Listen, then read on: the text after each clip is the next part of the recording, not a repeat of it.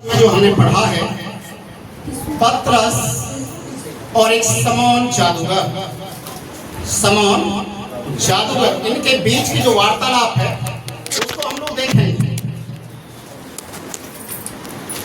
जब आप इसके 8-9वें पद से आप पढ़ेंगे तो लिखा है समौन जो जादूगर है ये सामरिया का रहने वाला है और जादू टोना की शक्तियों को दिखा दिखा कर लोगों को भ्रम में डाल रहा है, कंफ्यूज कर रहा है।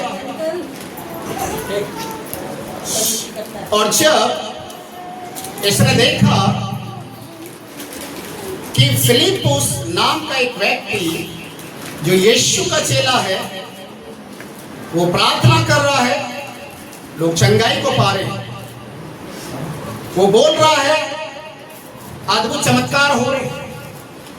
पर ये जादूगर कैसा कर रहा था? औना टोना फूस फास करते हुए, जैसा हम जानते हैं, किसी को ताबीज बांध दिया, किसी को गंडा बांध दिया, किसी को भभूत दे दिया, किसी को क्या कर दिया। और इस तरीके से पूरे सामरी नगर के अंदर ऐसे लोग ईश्वर की बहुत बड़ी शक्ति के रूप में देखते थे, मानते थे ये बहुत बड़ी शक्ति है। पर जब उसने देखा कि सामरी नगर के लोग जो सालों से इसके चंगुल में थे, सालों से लोगों को ये बेवकूफ बना रहा था, अब सामरी नगर के लोग प्रभु के वचन को जानना शुरू किया, चंगाई पाने लगे, छुटकारा पाने लगे। और ये चीज देखकर समौन जादूगर घबरा गया, कारण उसका बिजनेस खत्म हो गया, उसका जो रोजगार था वो खत्म हो गया। उसने क्या सोचा, अब लोग मेरे पास जादू टोने के लिए नहीं आएंगे, इसलिए उन्होंने एक दूसरे तरीके को अपनाया। और तरीका क्या है, क्यों ना मैं यीशु का चेला बन जाऊं, मैं भी बपतिस्मा ले लूं, लोगों को क्या मालूम चलेगा, लोग तो बाहर के रूप को ही देखते हैं, अंदर मन में क्या चल रहा है ये तो कौन जान सकता है? कौन जानता है? परमेश्वर। अंदर में क्या चल रहा है उसको तो केवल परमेश्वर जान सकता है ना। हम लोग ज्यादातर क्या चीज को देखते हैं? बाहरी तौर से अच्छा व्यक्ति है, अच्छे कपड़े पहनता है, अच्छी बातचीत करता है, इन चीजों को देखकर हम बाहरी रूप को देखकर तुरंत हम उसके विषय में अच्छा या बुरा बोलना शुरू कर देते हैं। पर यहां पर लिखा है जादूगर समौन जब यीशु को विश्वास किया, बपतिस्मा लिया, विश्वासी लोगों की मंडली में ये शामिल हो गया, लोगों को ऐसा ही लग रहा था एक जादूगर यीशु में विश्वास करना शुरू कर दिया, एक जादूगर ने यीशु को अंगीकार कर लिया। लोग ताली बजा रहे हैं, गवाहियां दे रहे हैं, एक जादूगर यीशु के पास आ गया। पर अभी तक लोग उसकी सच्चाई को नहीं जान रहे। ऐसे बहुत सारे लोग हैं, कोई कहते हैं ये पहले चोर था, लड़ाई झगड़े करने वाला था, नशा करने वाला था, बहुत कुछ उल्टे सीधे करता था, अभी तो ये यीशु में आ गया, अब ये सुधर गया। कभी आप उससे पूछ कर देखिए क्या वास्तव में आप सुधर गए हैं? आपने एक चीज को जो लोगों की नजरों में था, आपने उस काम को करना बंद कर दिया। अगर दारू पीने वाला दारू पीना बंद कर देता तो सुधरा नहीं है। सुधरना कब कहते हैं? जब मन का परिवर्तन हो। हालेलुया। मन का जब परिवर्तन हो तो समझ लीजिए कि वो सुधर गया है। मन के अंदर बहुत सारे विचार चल रहे हैं, बाहरी तौर से आप सुंदर से सफेद रंग के कपड़े पहनकर आप अपने आप को बिल्कुल स्वर्गदूत के माफिक दिखाई दे रहे हैं, कोई फायदा नहीं। और यहां पर समौन जादूगर ठीक वैसा ही काम को कर रहा है। जादूगरी छोड़ दिया, जादूगरी के सामान को जला दिया, विश्वासियों की मंडली में बैठ गया।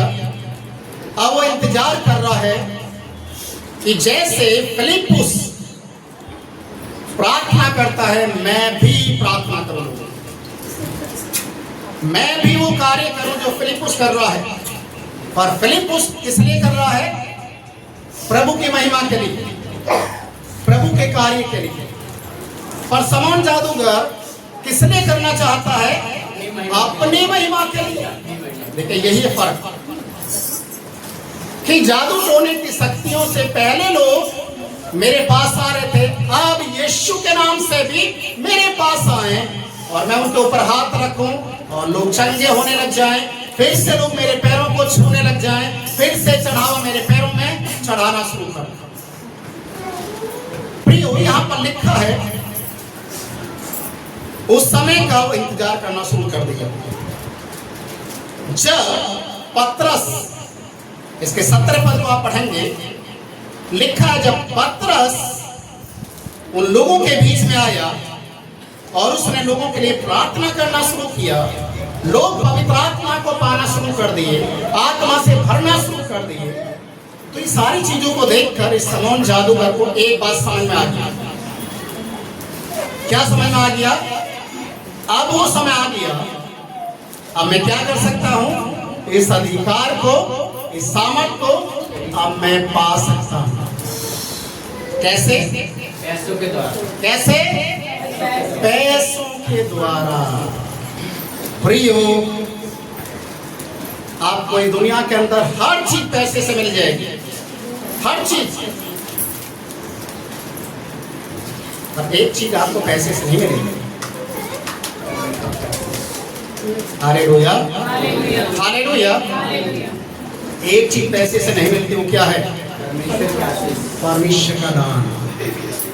परमेश्वर का दान, पवित्र आत्मा को पैसे से नहीं मिलती। परमेश्वर जब आपके मन को देखेगा, जब आपका मन परमेश्वर के सामने सीधा हो जाएगा, प्रभु आपको अपनी आत्मा से भरना शुरू करेगा। Hallelujah, hallelujah. मत्ती रचित सुसमाचार 5 अध्याय उसके 8वें पद को जब आप पढ़ेंगे, वहां पर लिखा है जो मन के शुद्ध हैं, जो मन के शुद्ध हैं, वे ही परमेश्वर को देखेंगे। Hallelujah, hallelujah. टेढ़ी चाल चलने वाला व्यक्ति परमेश्वर को ना खुश कर सकता है, ना वो परमेश्वर के लिए ग्रहण योग्य हो सकता है। अजीजों, सबसे पहला सुसमाचार अगर इस दुनिया के अंदर किसी ने प्रचार किया तो उसके प्रचार के शब्द को आप सुनकर देखिए, वो क्या कहता है? मन फिराओ, मन फिराओ। किन लोगों का मन फिराना है? जो पाप में। बाइबल में लिखा है प्रभु के लिए मार्ग को तैयार करना है, जो क्या है? टेढ़ा मेढ़ा है, वो क्या हो जाए? सीधा हो जाए। जो ऊंचा नीचा है, समतल हो जाए। इसका मतलब क्या है? जो टेढ़ा मेढ़ा हो, सीधा हो जाए, इसका मतलब क्या है? जो बुराई पाप में है, जो सांप की नाई चलने वाला व्यक्ति है। सांप को जानते हैं ना? टेढ़ा मेढ़ा चलता है। सांप को इसलिए श्रापित बोला जाता है, वो सीधा हो जाए। जो ऊंचा नीचा है, ऊंचा नीचे का मतलब जो जाति प्रथा को ऊपर उठाता है। मैं ही जाति का हूं, मैं तो ये हूं। छोड़ दीजिए, परमेश्वर के नजरों में आपकी जाति बहुमूल्य नहीं है। प्रभु ने आपको उस जाति से निकालकर राजघराने का राजदूत करके आपको नियुक्त किया है। हालेलुया। आप राज्य की संतान हैं, आप राजदूत हैं। आपको परमेश्वर के राज्य के बारे में लोगों को बताना है, ना कि दुनिया की चीजों के बारे में।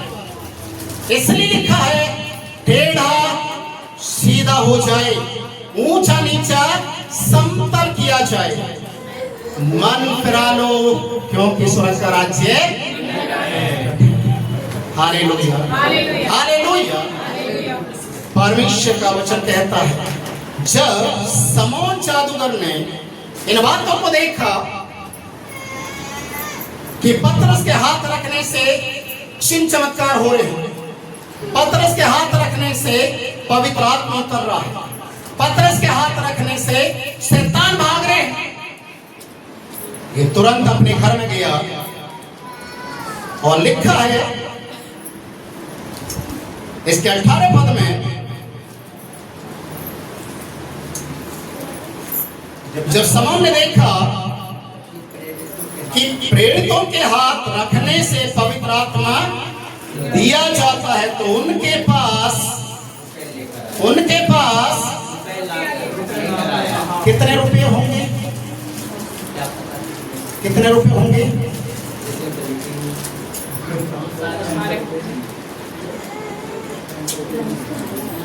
ये कोई 58-56 तो नहीं है ना? तो वो वही ना सोने की जो भी है पोटरी भर कर लेकर आया, पोटरी भर कर लेकर आया और पतरस को देने के लिए उसके पैरों के पास रख दिया और क्या बोल रहा है, ये ले ले, ये ले ले, और मुझे क्या कर, मुझे क्या कर? जो आत्मा तेरे अंदर है, समझ में आ रहा है? जो आत्मा तेरे अंदर है वो भी मुझे मिल जाए। कितना चालाक इंसान है ना।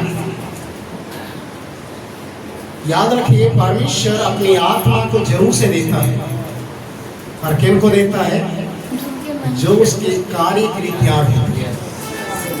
एक आत्मा सबको नहीं देता, आत्मा के अंश देता है ताकि वो उस तोड़े को संभाल कर रखे, उसको इस्तेमाल करें। जब उस तोड़े को इस्तेमाल करेगा परमेश्वर और देगा, और देगा। पर अगर आप उस तोड़े को संभाल नहीं पाए, लेन देन नहीं कर पाए, तो वो भी आपके हाथ से चला जाए। Hallelujah, hallelujah. जब पतरस ने इस बात को देखा, 20वें पद में जो हमने पढ़ा है, पतरस ने उससे कहा तेरे रुपए तेरे साथ नाश हो जाए, तेरे रुपए तेरे साथ नाश हो जाए। प्रियो, एक बात मैं आपको बताना चाहूंगा, कितने लोग ऐसा सोचते हैं हम तो दसवांश दे रहे ना, पास्टर को दसवांश दे दो मुंह बंद हो जाएगा। चाहे हम कुछ भी काम करें, कैसा भी काम करें, चर्चाएं ना आए, कोई पास्टर को मतलब नहीं रहना चाहिए, उसको सिर्फ दसवांश से मतलब रखना। क्या आपके दसवांश से आपके घर में आशीष आएगा? ऐसे नहीं, नहीं आएगा। आपका पैसा परमेश्वर के आशीषों को खरीद नहीं सकता। आपका पैसा सेवा के लिए इस्तेमाल जरूर से होगा, पर आशीषों को नहीं खरीद सकता। पर अगर आप सच्चे मन से प्रभु के साथ चलते हैं, परमेश्वर को पहला स्थान देते हैं, परमेश्वर के कार्य के लिए अपने आप को तैयार करते हैं, तो ये उसका कार्य है। वो कब आपको बढ़ाए, कब आपको ऊंचे पर उठाए, ये उसका कार्य है। Hallelujah, hallelujah. इसलिए परमेश्वर के वचन में पहला पत्रस उसका 5 अध्याय पढ़ेंगे, उसके 7वें पद में लिखा हुआ है, पहला पत्रस 5:7। अपनी सारी चिंता उसी पर डाल दो क्योंकि उसको तुम्हारा ध्यान है। अपनी सारी चिंताओं को किस पर डालो? परमेश्वर पर। वो तुम्हारी चिंता करता है, वो तुम्हारे लिए काम करेगा। आप दुखी होते हैं, लाचार होते हैं, बेबस होते हैं, कब तक रहेंगे? कब तक उन चीजों का सामना करेंगे? आज नहीं तो कल हार मान जाएंगे। पर इसी के 6ठे पद में लिखा है अधीन हो जाएंगे। आप प्रभु के ऊपर निर्भर हो जाइए। एक समय आने वाला है प्रभु आपको उठा देगा। हालेलुया। आपकी परिस्थितियों से वो आपको बाहर निकालेगा। आपको विश्वास करना है, प्रभु में चलना है और आपका मन प्रभु के सामने सीधा होना चाहिए। हालेलुया। बीते दिनों में मैंने बताया था यिर्मयाह की किताब उसके 17 अध्याय 10 पद से, अगर आप एक बार और निकालना चाहते हो आप देख सकते हैं। यिर्मयाह 17 उसका 10 पद, वहां पर लिखा हुआ है, मन सारी वस्तुओं से धोखा देने वाला, सारी वस्तुओं से अधिक धोखा देने वाला। ये दुनिया में आपको धोखा तो हर जगह मिलेगा, हर जगह। अब 10 पद को पढ़े। पढ़े। मन तो सब वस्तुओं से अधिक धोखा देने वाला होता है, उसमें असाध्य रोग लगा है, उसका भेद कौन समझ सकता है। 10वीं, मैं यहोवा मन को खोजता और हृदय को जांचता हूँ, ताकि प्रत्येक जन को उसकी चाल चलन के अनुसार अर्थात उसके कामों का फल दूं। अभी हमारा विषय क्या चल रहा है? क्या विषय चल रहा है? आपके मन में क्या चल रहा है? और मन को कौन जांचता है? परमेश्वर। इसलिए 10वें पद में लिखा हुआ है, तेरे मन के अंदर जो चल रहा है उसे परमेश्वर जांचता है, जानता है। Hallelujah, hallelujah. जो आप परमेश्वर के लिए अपने आप को तैयार करते हैं, प्रियो, ये धर्म परिवर्तन नहीं है। आप चर्च में आ गए, आपका धर्म बदल गया, ऐसा नहीं है। इस अफवाह से अपने आप को बाहर निकालना। लोग कहते हैं ये इस जाति का था, अब इस जाति में चला गया। नहीं, ये कोई ट्रांसपोर्ट करने वाला कोई मशीन नहीं है।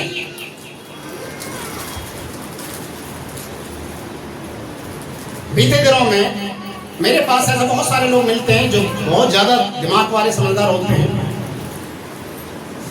एक ने मेरे से बोला, मुझे ईसाई बनना है। मेरे से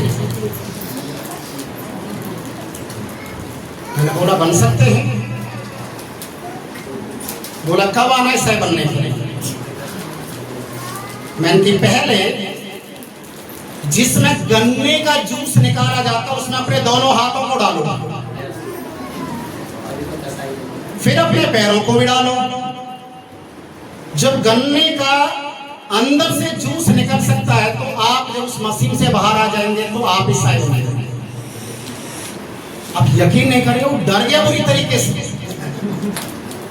बोलने लगे ये कौन सी मशीन है जो ईसाई बनाती है? मैंने कहा आपको क्या मैं कोई ठेकेदार नजर आ रहा हूँ? क्या आपको ईसाई बनाऊं? या मशीन चलाता हूं मैं? ये गंदे सोच को किसी और के पास लेकर जाना। हम ईसाई नहीं बनाते, हम चेले बनाते हैं। हालेलुया, हम चेले बनाते हैं, और वो भी यीशु मसीह के। हालेलुया। जो कहते ईसाई बन गया, ईसाई बन गया। कौन ईसाई बन गया? किसने अपने माता पिता को छोड़ दिया? किसने अपने धर्म को छोड़ दिया? किसने अपनी पत्नी को छोड़ दिया? किसने अपने पति को छोड़ दिया? सब कुछ तो वही है, सब कुछ तो वही है। आपका नाम वही है, आपकी भाषा वही है, आपका जीवन वही है, आपका परिवार वही है, आपका रिश्तेदार वही है। बदला तो क्या बदला? तो मन को बदलने से ईसाई बोलते हैं क्या? नहीं। हालेलुया। बहुत से लोग समझदार मेरे पास ऐसे आते हैं, इस तरीके का प्रश्न करते हैं, और मेरे पास उनके लिए इतना अच्छा जवाब होता है कि वो पलट कर दोबारा जवाब मुझसे नहीं मांगते और ना ही कभी फोन करते। हालेलुया। मन का परिवर्तन। समौन जादूगर कहता है ये सब ले ले, मुझे अधिकार दे, सब ले ले।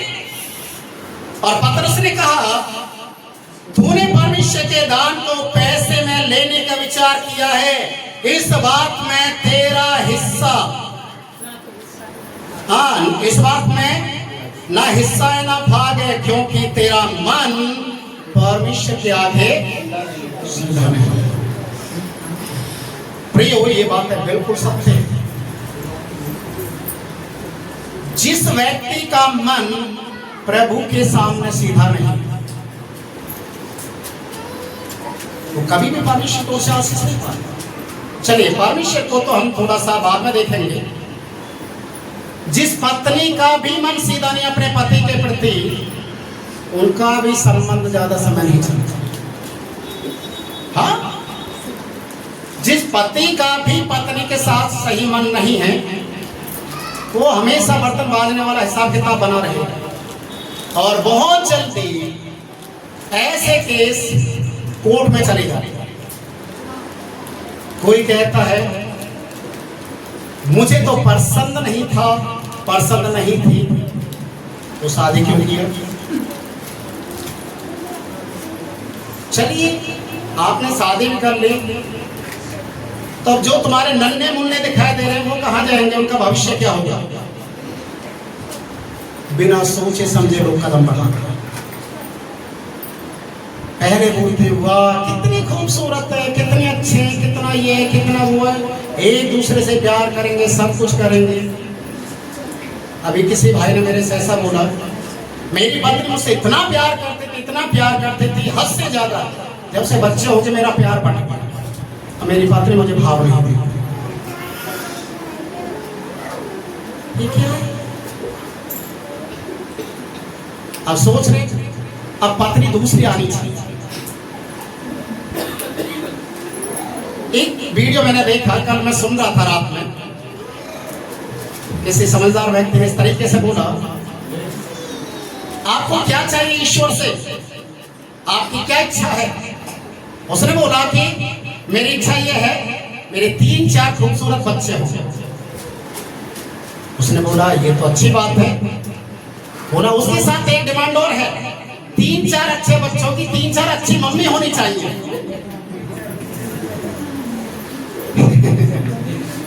देखिए कितने समझदार लोग हैं, कितना अच्छा दिमाग है लोगों का। मन परिवर्तित नहीं है। गुलाटी बंदर मारना बंद नहीं करता। हालेलुया। मौका पाकर चौकी पे छक्का मारते हो। मैं बीते दिनों में देखा कोई लोग 3-4 लोग रास्ते में खड़े हुए हैं और हथेली पे जो घिसते हैं, आपको पता है ना, जो आसपास में जितने भी खड़े होते हैं वो प्रसाद की तरह सबको देते हैं। एक विश्वासी भी उनका जानने वाला था और वो विश्वासी मुझे भी जानता था, पर शायद उसने मुझे देखा नहीं। वो भी धीरे धीरे सरकते सरकते जब वो घिसकर तैयार हो गया, उनके नजदीक चला गया और जैसे ही उनके नजदीक गया तो उसको भी मिल गया। उसने सीधा हाथ में रखा, इतने मेरा आमना सामना उसके पास हो गया। उसने क्या किया पता है? ऐसे जैसे उसके यहीं पर ही गंध की लगी है। इतने समझदार लोग, मन सीधा नहीं है। हालेलुया। पहला सैमुएल निकाले, पहला सैमुएल उसका 16 अध्याय, उसका 7 पद हम पढ़ेंगे।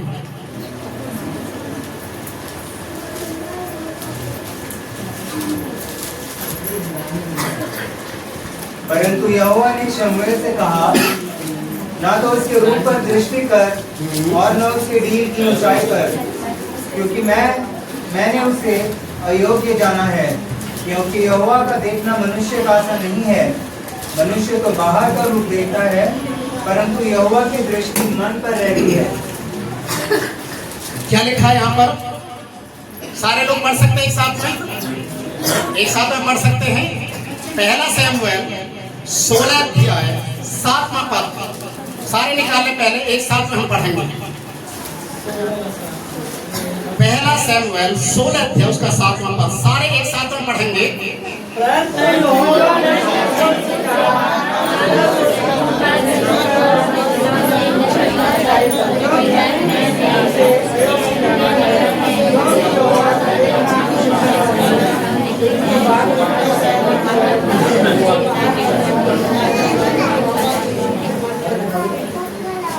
कुछ समझ में आया?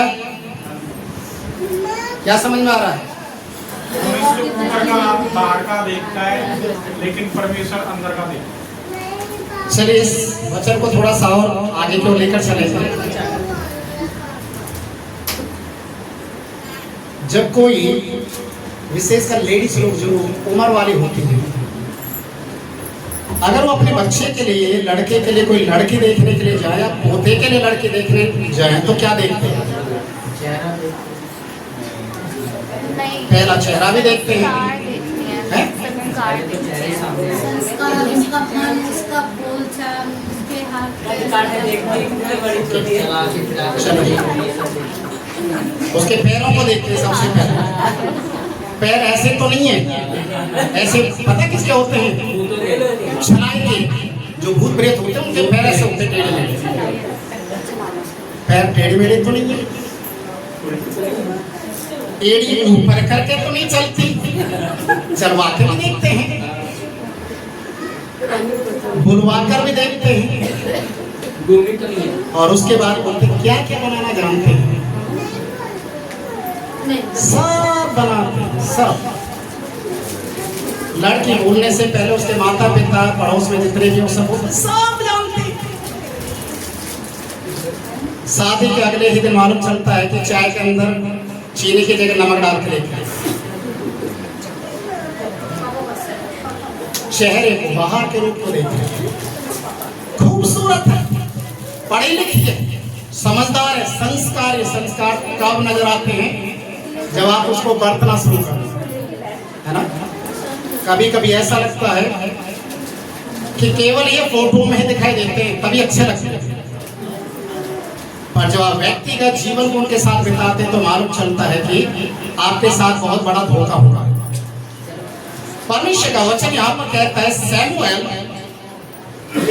एक ऐसे कार्य को करने के लिए परमेश्वर ने उसको एक सेवा सौंपा। इजराइल का राजा होने के लिए तुझे यिशै के घर में जाकर उसके बेटे को अभिषेक करना है।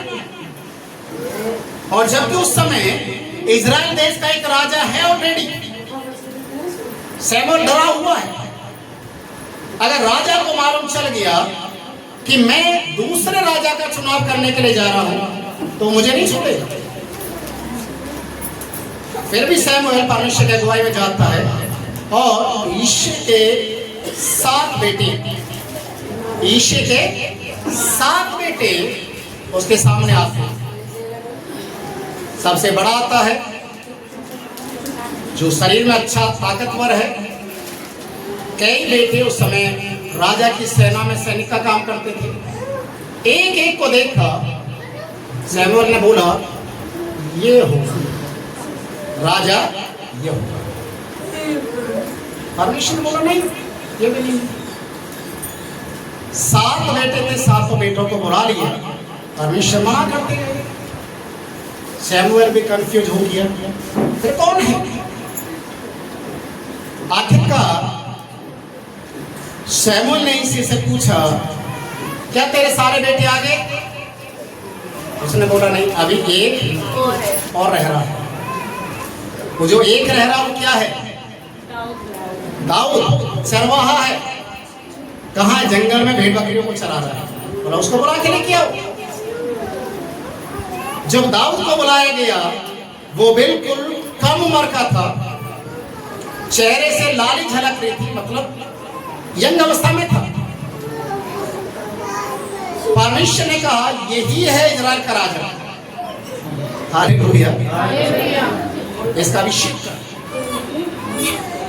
तो सैमुएल एक घड़ी के लिए पूरी रीति से कंफ्यूज हो गया कि ये कम उम्र का अभी लड़का ही है, अगर इसे राजा के रूप में नियुक्त कर दिया जाए तो सबसे पहले तो इसके घर के लोग ही, इसके भाई लोग इसको जीने नहीं देंगे, क्योंकि सबसे छोटा घर में और सबसे बड़े का घर में अधिकार ज्यादा होता है। फिर दूसरा, ये राजा का सामना कैसे कर पाएगा? अगर उसको मालूम चल गया कि ये राजा बन चुका है तो राजा के बाद उसका बेटा राजा बनना है। यहाँ तो राजा जीवित रहते हुए दूसरे राजा का चुनाव हो रहा है। बड़ी कंफ्यूजन है। पर यहां पर परमेश्वर कहता है मनुष्यों का देखना और परमेश्वर के देखने में बहुत बड़ा अंतर है। Hallelujah, hallelujah. मनुष्य बाहर के रूप को देखता है, पर परमेश्वर है जो आपके अंदर के रूप को देख रहा है। प्रियो, परमेश्वर ही था जो समून के अंदर के रूप को जान गया। परमेश्वर का आत्मा था जिसने पतरस के ऊपर एक प्रकाशन को दिया, इसके मन के अंदर जो चल रहा है वो क्या है। और इसलिए लिखा है यहाँ पर प्रेरितों के काम उसके 8वें अध्याय को वापस आप जाएंगे तो लिखा है तेरा मन परमेश्वर के सामने सीधा नहीं है, इसलिए अपनी इस बुराई से मन फिरा, प्रभु से प्रार्थना कर। संभव है तेरे मन के विचार को परमेश्वर क्षमा करे। प्रियो, आपके मन में क्या चल रहा है आपके परमेश्वर से बढ़कर कोई नहीं जान सकता। इसलिए जरूरी है कि आप अपने मन को प्रभु के सामने शुद्ध रखें। अगर प्रभु के कार्य को करना है, प्रभु की सेवा को करना है, आपको जो जिम्मेदारी दी गई है उसे बड़ी ईमानदारी से आप उसे पूरा करें। कोई भी ऐसा कार्य ना करें कि आप बोलते कुछ है और हैं और करते कुछ और हैं। मत्ती रची सुसमाचार 5 अध्याय उसका 37 पद भी आप पढ़ें। मत्ती 5 का 37।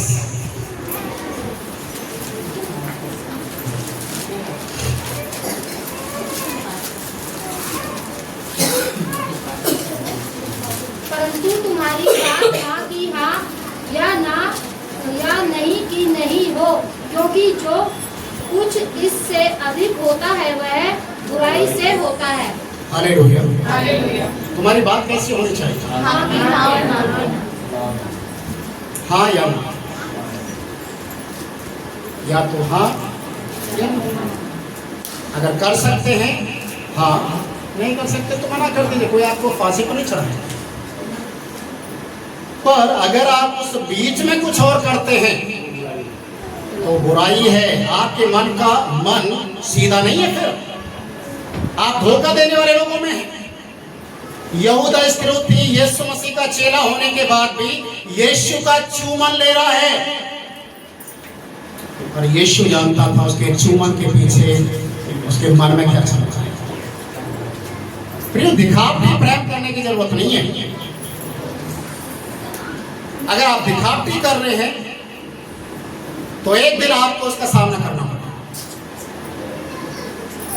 इसलिए समौन जादूगर जो उसके मन में चल रहा था, पतरस ने साफ शब्दों में कहा तेरा मन प्रभु के सामने सीधा नहीं है, और मैं देखता हूं कि पित्ती से कड़वाहट और अधर्म के बंधन में तू पड़ा हुआ है। छुटकारा नहीं है। बपतिस्मा ले लिया कोई बात नहीं, चर्च में जुड़ गया कोई बात नहीं, अभी भी पाप के बंधन में है तू। अभी भी तेरे अंदर कड़वाहट है, अभी भी तेरे अंदर ईर्ष्या है, क्रोध है। फिर किस चीज का विश्वासी है? किस तरीके से तूने मन फिराया? जब पतरस ने इस बात को समौन जादूगर को बोला, 24 पद में आप पढ़ेंगे, तुरंत तो घुटने के बल आ गया और क्या कहता है? समौन ने उत्तर दिया, तुम मेरे लिए प्रभु से प्रार्थना करो कि जो बातें तुमने कही हैं उनमें से कोई भी मुझ पर ना आ पड़े। हालेलुया। पतरस देख रहा था इसके ऊपर दंड आ रहा है। परमेश्वर देख रहा था कि इसके अंदर कड़वाहट है। पतरस को परमेश्वर ने दिखा दिया कि पित्ती सी कड़वाहट और टेढ़ापन इसके अंदर है। परमेश्वर का न्याय आ जाएगा इसको। मन फिरा लिया। जब परमेश्वर ने योना को बोला निनवे शहर में जाने के लिए, तो निनवे शहर में उसने क्या प्रचार किया था? याद है किसी को? मन फिराओ। योना निनवे शहर में जब गया तो उसने गुस्से में होकर प्रचार किया। मन फिरा लो नहीं तो पलटने वाला। पूरा देश तुम्हारा उलट पुलट होने वाला है, स्वर्ग से परमेश्वर करेगा, मैं देखूंगा। पर वहां पर लिखा है राजा से लेकर जानवर तक सबने उपवास, मन फिराया, और उसके बाद क्या हो गया? परमेश्वर ने अपने विचार को बदल दिया। क्योंकि अगर आप मन नहीं फिराएंगे तो आपका मन अगर प्रभु के सामने सीधा नहीं है तो न्याय आपको उसका सामना करना पड़ेगा। अगर आप सच्चाई और खराई से प्रभु के नाम को लेते हैं तो प्रभु आपको आशीष देगा। इसी को बोला जाता मसीहत, इसी को बोला जाता यीशु मसीह के स्वभाव में बढ़ना। इसीलिए आज परमेश्वर का वचन हमें कहता है कि समौन जादूगर ने प्रभु को अंगीकार किया, बपतिस्मा लिया, चर्च में जुड़ा। आज ऐसे समौन जादूगर के समान कितने लोग चर्च में, कितने लोग चर्च में हैं? सीधा मन नहीं है। और ये लोग टेढ़ी चाल चलने वाले, ये हमेशा एक दूसरे के टांग खींचते हैं, एक दूसरे को अपमानित करते हैं, मजाक बनाते हैं। प्रिय भाइयों बहनों, ऐसे लोगों से, ऐसी टेढ़ी जाति के लोगों से अपने आप को बचाओ, क्योंकि प्रभु का वचन साफ तरीके से कहता है ऐसे लोग परमेश्वर के न्याय के सामने उनको खड़ा होना पड़ेगा। Hallelujah, hallelujah. समौन जादूगर ने मन फिरा लिया, अपनी गलती के लिए उसने अंगीकार किया। और सबसे बड़ी बात है कि हम अपनी गलती को मानने के लिए तैयार नहीं होते। हम गलती करते हैं, अगर हमारी गलती पकड़ी जाती है तो भी हम क्या करते हैं? आनाकानी करते हैं, हम झूठ पर झूठ बोलते, मैंने तो नहीं किया, मैंने तो किया ही नहीं। और जब सबूत दे दिया जाता है कि हाँ तूने ही ये किया है, तो सॉरी कैसे बोलते पता है? सॉरी। फिर उससे पूछेंगे सॉरी तो बोल तो दिया, सॉरी। यहाँ गिल्टी नहीं है, आंखों में नफरत है, गुस्सा भर रहा सॉरी बुलवाने पर। प्रिय भाइयों बहनों, इस बुरी आत्मा से अपने आप को बचाना चाहिए। सच्चे दिल से प्रभु को अंगीकार करना है, ताकि परमेश्वर हमारे जीवन को एक आशीषमय के रूप में तैयार करे और हम दूसरे लोगों के लिए गवाही का काम करें। हालेलुया। आइए प्रार्थना करें।